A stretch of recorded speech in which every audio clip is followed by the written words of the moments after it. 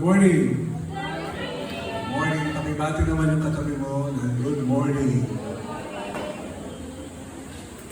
Salamat sa Panginoon sa napakagandang umaga na binigay niya sa atin pang siya ating sambahin sa lugar na ito. So, kung meron kayong Bible, magbukas tayo ng ating mga Biblia at susunod din tayo ni Allen sa ating pagbabasa. So, Luke chapter 19, verse 10. So, basahin po natin ang sinabi ng ating Panginoong Jesus dito sa Luke 19, verse 10.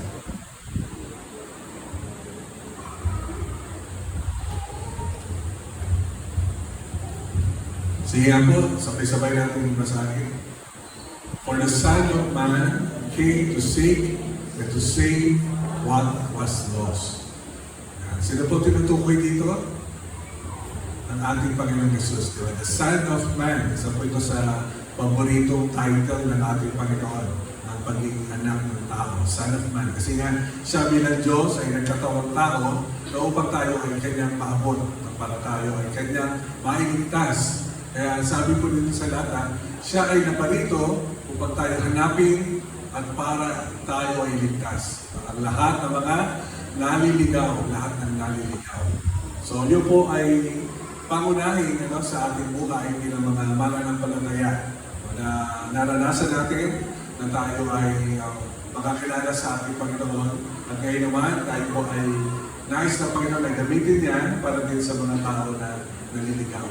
So, yung ating pong vision, yung vision 300, kaya nga po, pero tayo may 2 services, dahil gusto natin magkaroon ng space, puwang pa sa lugar namin para po makapagdala pa tayo ng mga kaluluwa sa ating Panginoon. So, kaya, pero ngayon parang dapat siguro na in church na nakalagay na rin. Kasi parang we're always full din sa pagka-abuse ang gamit natin. So, kailangan na rin tayo in church siguro sa paligid. So, pakipati ulit katabi mo ng magandang umaga. So, we have 2 services. So, we're the first service, so hopefully 10:30. And the second service, makarating yung ating mga kasama. So, ang sabi po dito ay lost. To seek and save what was lost. Yung mga naliligaw, yung mga nawala, ay hanapin ng ating Panginoon. This is Romans chapter 3, verse 23. Susunod tayo ni Karen. Romans 3:23. Ano po sabi sa talata na ito? For all have sinned and fall short of the glory of God. Sapagkat ang lahat daw po ay nagkasala. Kaya nga po lost, naligaw tayo, napahiwalay tayo sa ating Diyos. Ang lahat sa atin, ang lahat ng tao na nalikha ng Diyos ay nagkasala, napahiwalay tayo sa Kanya. Naalala niyo po yung ating istorya, di ba? Ang simula ng ating kasaysayan na kung saan si Adan at si Eva, di ba, ay nagkasala dahil sinuway nila ang kalooban ng Diyos sa pamamagitan ng pagkain ng isang bunga na ipinagbabawal ng Diyos ng kainin.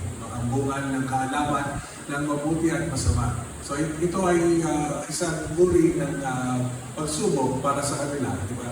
Na sila ay sumunod sa Diyos ng buong puso, sundin ang Diyos. Ngunit sinuway nila ang Diyos. Of course, na doon ang kaaway, doon si Lucifer, na tumukso kay Eva, tumukso kay Adan, upang masuway ang Diyos. At mula noon, nagkasala tayo. Sinuway natin ang kalooban ng Diyos. Napahiwalay tayo sa Diyos. Kaya nga po ito yung sinasabi natin na lost, na hiwalay tayo sa Diyos. Lahat tayo po ay naging makasalanan. So all of the people, all of God's people, God's human being, His children, ay nagkasala magmula po noon. We've been separated from God. So that is our story. Maiksi lamang ang istorya natin. Diba? Sa kasaysayan natin. Sabi nila nasa 5,000 plus years tayo from creation. So that is the Jewish calendar. Yung calendar kasi natin ay Judaism. But in the Jewish calendar, nasa 5,000 plus na tayo. Years. Kailan na kahaba yung kasaysayan natin. Maiksi kasaysayan. Pero ang kasaysayan ng tao nagsimula sa pagsuway natin sa Diyos. Of course, delikata tayo ng Diyos ayon sa kanyang wangis, no, bilang kanyang mga anak, pero napahiwalay tayo sa kanya, nagkasala tayo. Dahil doon tayo ay napahiwalay sa kanya. Ang relasyon natin sa Diyos ay naputol. Nagkaroon ng hadlang, pagitan, no?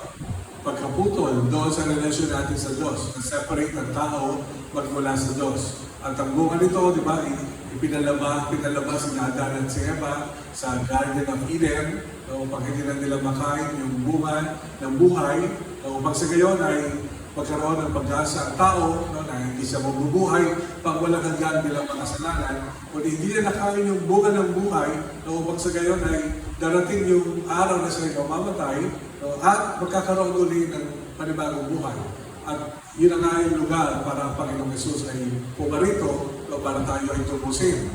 No, para sa gayon, pag namatay yung ating lumang pagkatao, no, at nakilala natin si Jesus bilang Panginoon at tagapagligtas, meron pa rin tayong kaligtasan, meron pa rin tayong buhay na walang hanggan. No, hindi na bilang makasalanan, kundi bilang mga pinatawad ng Diyos, no, sa pamagitan ng ating Panginoong Jesus. So tayo ay nahiwalay sa Diyos. At dahilan doon na tayo ay nabuhay sa kasalanan. No, we are living in sin. No, dahil sa pagkakasala natin, pagkakahiwalay natin sa Diyos, ang tao ay natutunan paano mabuhay sa kasalanan. So makikita natin ngayon, no, kung paano ang mga tao ay nag-enjoy, di ba, sa kasalanan.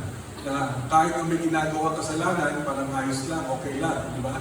Parang kahit mali na yung ginagawa, parang okay lang. Bakit? Kasi nahiwalay tayo sa Diyos.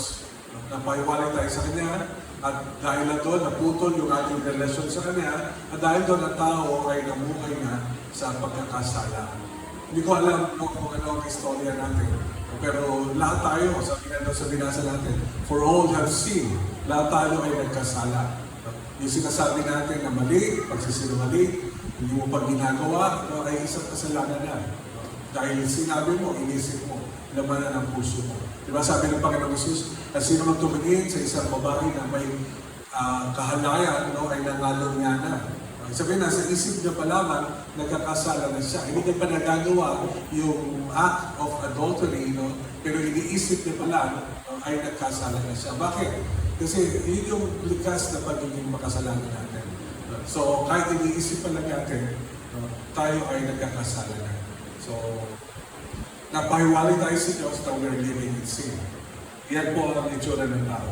At hindi lamang yun, dahil doon, nawalan tayo ng layunin sa buhay. Nawalan tayo ng layunin. Dahil nagkasala tayo, nahiwalay tayo sa Diyos, namumuhay na tayo sa kasalanan, now we're living a life without a purpose. Napahiwalay kasi tayo sa Diyos. So kahit ano na lang gagawin natin, kahit ano na lang, di ba, kung ano na magustuhan natin, kung saan tayo masaya. So gano'n ang itsura ng tao ngayon, a life without a purpose. Hindi natin alam kung para saan ang buhay natin.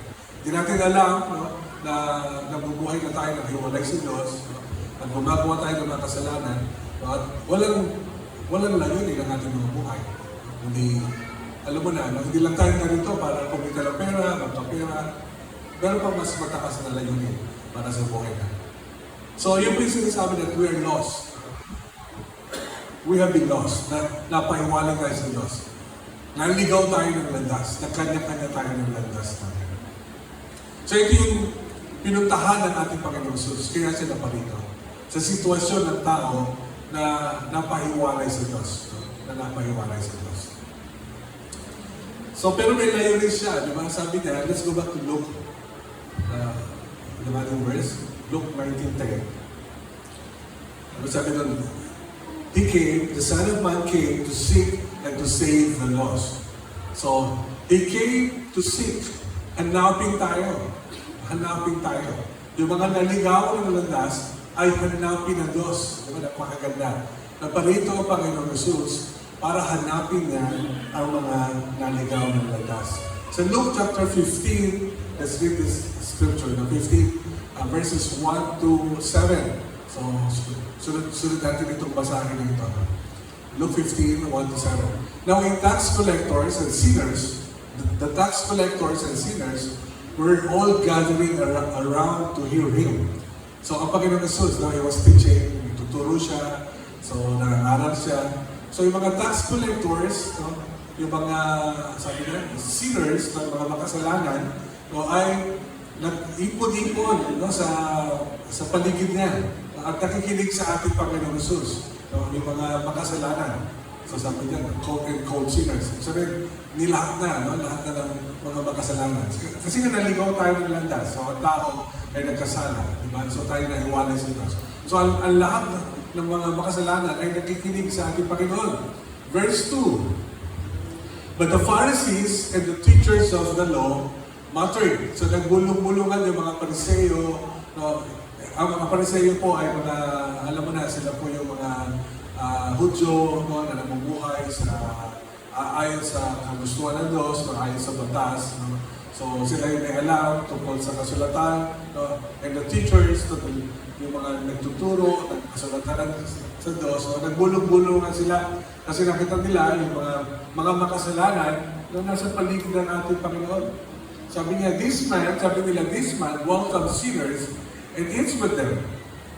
So itong tao na ito, tinatanggap niya yung mga makasalanan at hindi lang yun, kasama pa kumakain ng mga taong makasalanan. So ang Panginoon Jesus, di ba? Naparito para hanapin yung mga kasalanan, mga makasalanan. So yung mga tao na to, nakinig na sa ating Panginoon, tapos yung iba, nagbubulong-bulungan, bakit itong tao na to? Kumakain kasama itong mga makasalanan na to. So ano sabi, ano kasunod na talaga? Verse 3. That Jesus told them this parable. Okay, let's look at the parable.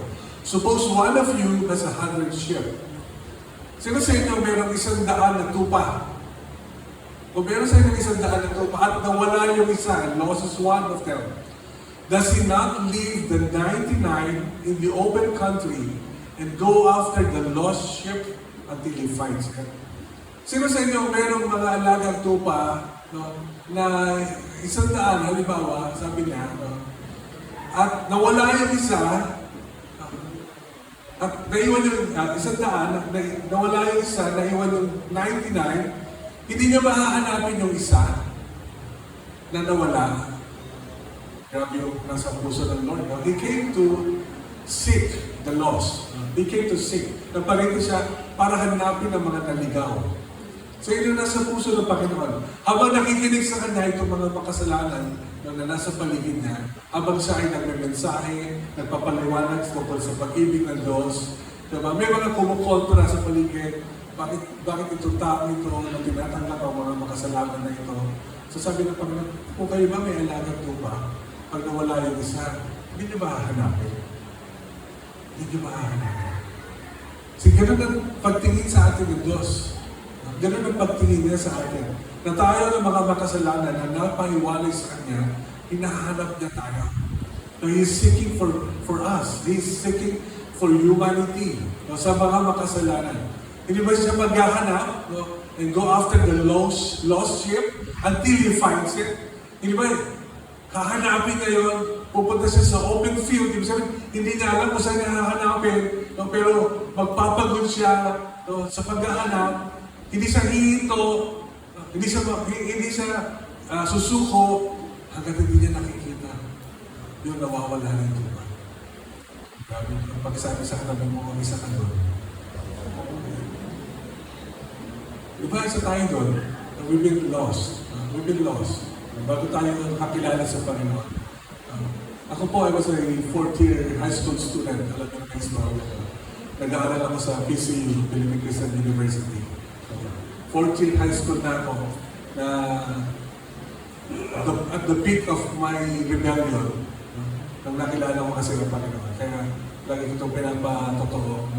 Kasi nung fourth year high school na ako, pumapasok ako doon na kasama yung mga barkada ko, mga lasing na kami, nakainom na kami. Siyempre, hindi ko pa Kristiyano, wala kang layunin sa buhay, napahiwalay ka sa Diyos, namumuhay ka sa kasalanan, you're lost. No? Lost ka eh, naligaw ka eh. So napahiwalay ka sa Diyos. So 4th year ako noon, bababa ko ng jeep, inaantay nga ako ng mga tropa ko doon sa harapan ng PCU. Tapos kasi PCU, papasok ako sa loob, di ba? Maglalakad ko pa doon. Nag-aantayan na kami doon. Kasi ang usapan namin, bago kami papasok, mag-iinuman na kami. Naglalasing na kami. So ganun yung naging buhay ko na ng 4th year high school ako. Na mag-iinuman muna kami, papasok kami ng lasing sa school. Tapos, hindi lang yun. May mga kaibigan ako, hindi na kontento sa alak. No? So, gumamit na rin kami ng that time ng mga illegal drugs namin, yung mga gamot, illegal na gamot talaga. Gamot talaga yung tinitira before.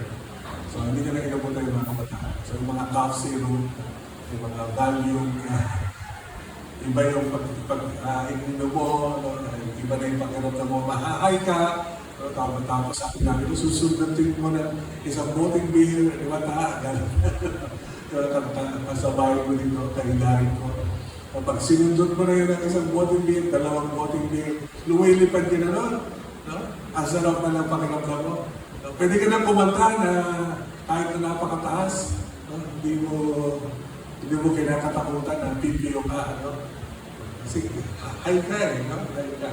And we went also, yung lifestyle namin resulted to a lifestyle na nun, isang kabataan na hindi talaga ayaw sa kalooban ng Diyos. Pero salamat na lang, no? Dahil nung naligaw ako, hinanap ako ng Panginoon. Kagaya ng bawat isa sa atin. Naalala niyo ba, nung una niyo nakilala ang Panginoon, nung una kayong nahanap ng Lord, di ba? Natagpuan kayo ng Panginoon. Kung natagpuan ako ng Panginoon sa ganong sitwasyon, yun yung kalalagayan ko. Sabi ko dito, where were you when Jesus found you? Where were you when Jesus found you? Nasaan ka? Anong ibig sabihin? Anong estado mo? Anong kalalagayan ng buhay mo nang natagpuan ka ng Panginoon? I was a young people, lost, without a purpose, without any direction in life. Well, in fact, hindi ko alam kung nag-graduate pa ako ng high school at time. Wala na akong pakialam kung ako makagraduate ng high school. It doesn't matter. I don't have any purpose in life. So, wala na. Lasing, naka-cough syrup, kung saan pupunta, no? Para i-enjoy ang aking kabataan. Pero one day, I was invited to the Bible study. Sa Bible study na hindi ko malilimutan. Pinaliwanag sa akin ang pagiging makasalanan ko. No? At inanyayahan ako na magsisi at tanggapin si Jesus sa buhay ko bilang Panginoon at tagapagligtas. Pagkatapos ng Bible study na yun, I was a different person. Why? Because I accepted the Lord Jesus Christ in my life and I was found. Natagpuan na ako ng Lord. Ako na dati naligaw ng landas. Pinili yung aking sariling gusto, natagpuan ng Panginoon. Hinahanap pa na ako ng Panginoon. Sabi mo ka sa kagabi mo, hinahanap ka ng Panginoon. Lahat ng nahiwalay sa Kanya, hinahanap ng Panginoon. Naparito siya para hanapin ang mga naligaw. At sabi niya, para iligtas.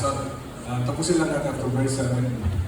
5. And when he finds it, he joyfully puts it on his shoulders. Grabe, no? Pag natagpuan doon ng tao na yon, no, yung nawalang tupa niya, magtuwa siya, kakargayin niya. No, yung nawalang tupa. No?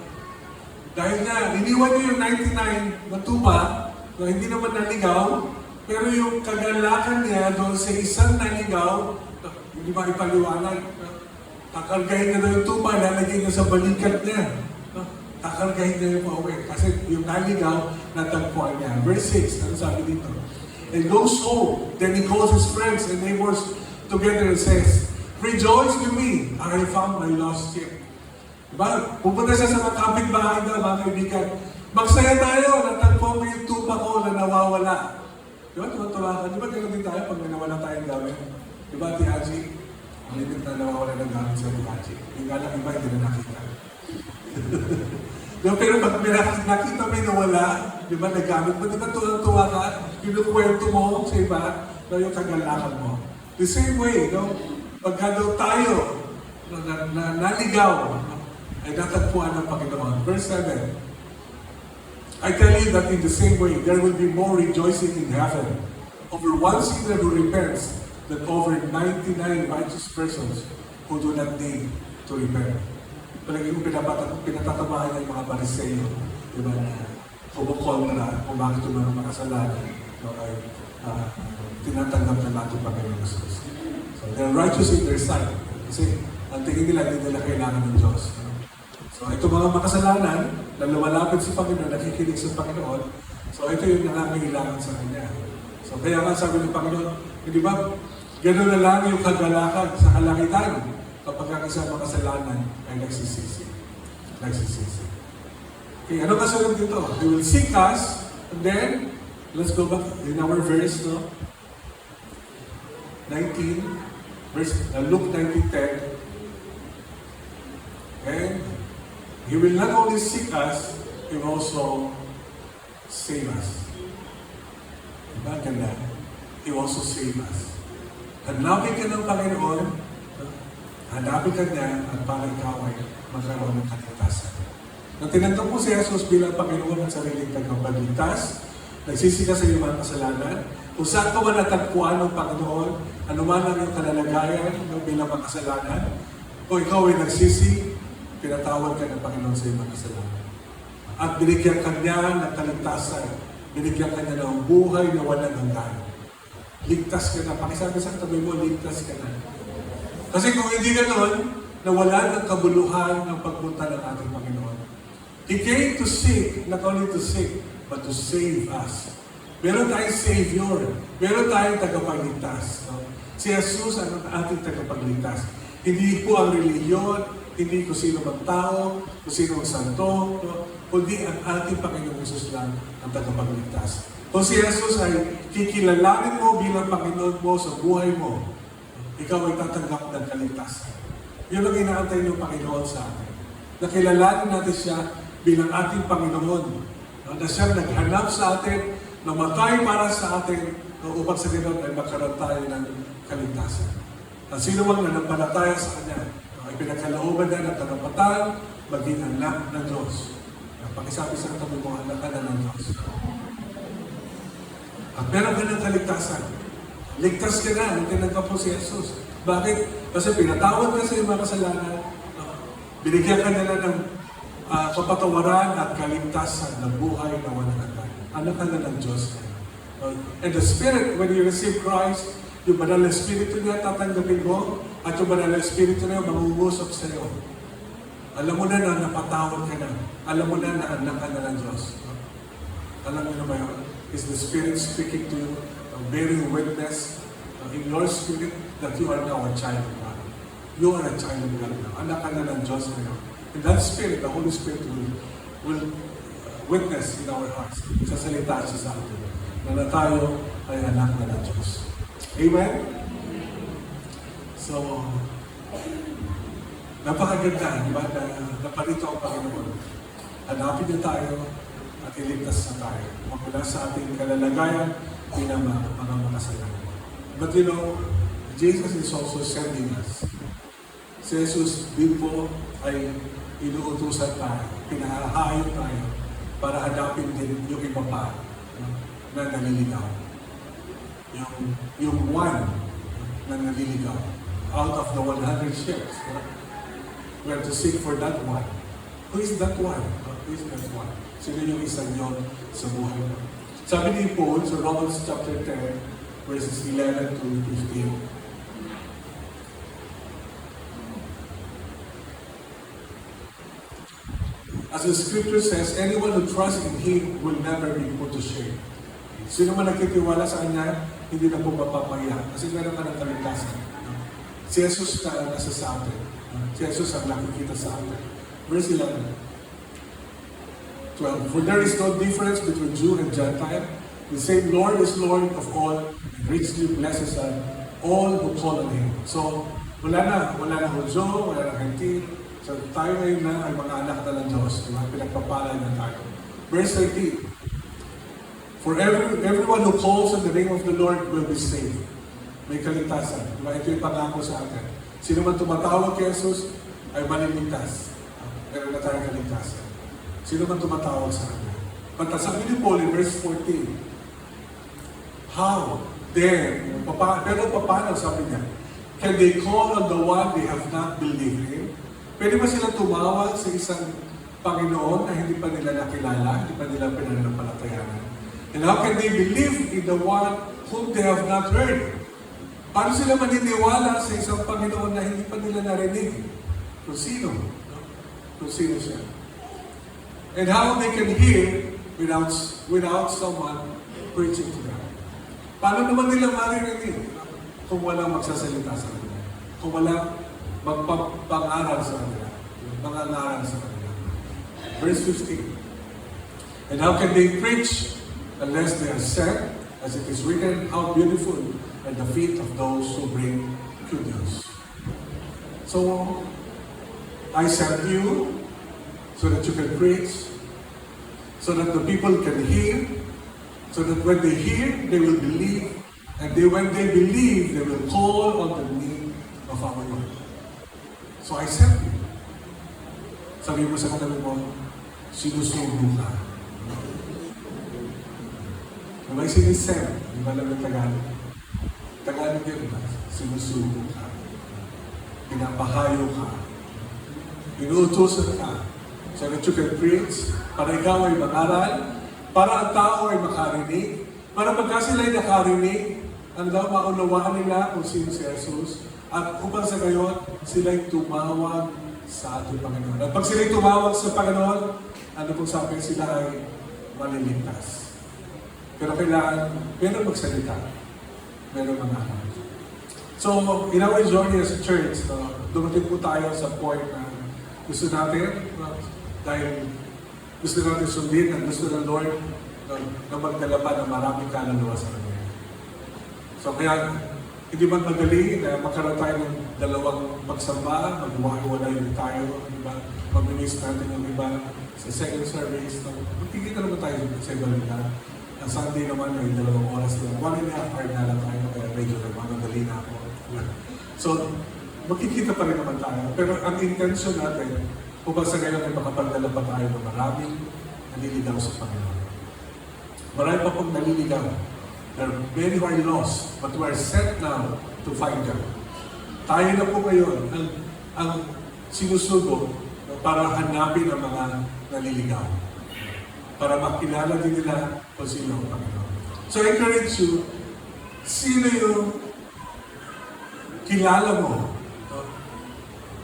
Yung kilala mo, kaibigan mo, kapamilya mo, kaibigan mo, kapitbahay mo, katrabaho mo, na hindi pa nakikilala si Jesus. Hanggang ngayon ay naliligaw pa rin. Sino yun? Pwede ka bang magsulat ng ilang pangalan sa probably in your cellphone? Somewhere, alam mo naman, may cellphone tayo lahat, di ba? So can you bring out our cellphone as an application? Pwede ka ba maglagay dyan ng ilang pangalan na papanalangin mo, kakausapin mo, eventually, dadalahin mo sa Panginoon, lalakagin mo, para pagkakilala sa Panginoon. Sige po, if you have your cellphone with you, kala na yung mga kabataan natin, marami kayong mga kaibigan, di ba? So, ang dami yung mga sa mga kaibigan natin kung na hindi pa nakakilala sa Panginoon, na pwede natin nakagin, bahaginan, mabuting balita, ikwento, kung ano nangyari sa atin, makilala din nila si Jesus. So I want you to put names on your cellphone. Somewhere, pwede nyo makita, you can put it in your notes. Diba, mga cellphone, may mga notes. So, somewhere you can write it. Or in your inbox, probably. Those names, sila yung target mo. Sila yung ipag-pray mo. Sila yung naliligaw ng landas na nais mo rin na madalas sa Panginoon. Amen? So, meron na po ba kayo nasulat? So, ituloy po tayo lahat. Tayo po ay manalangin. Let's pray. Panginoong Jesus, maraming po salamat sa iyong pagbarito. Lord, kapag hanapin nga po kami ng naligaw, at upang iligtas kami, Panginoon, bilang mga makasalanan. Salamat po dahil minsan naranasan ka na po namin. Lord, ang panahon na kami naligaw at nagsisi, natagpuan niyo po kami, Panginoon. Sa lugar na kung saan, Lord, kami nabuhay, naghiwalay sa inyo, nabuhay bilang makasalanan. Natagpuan na po kami.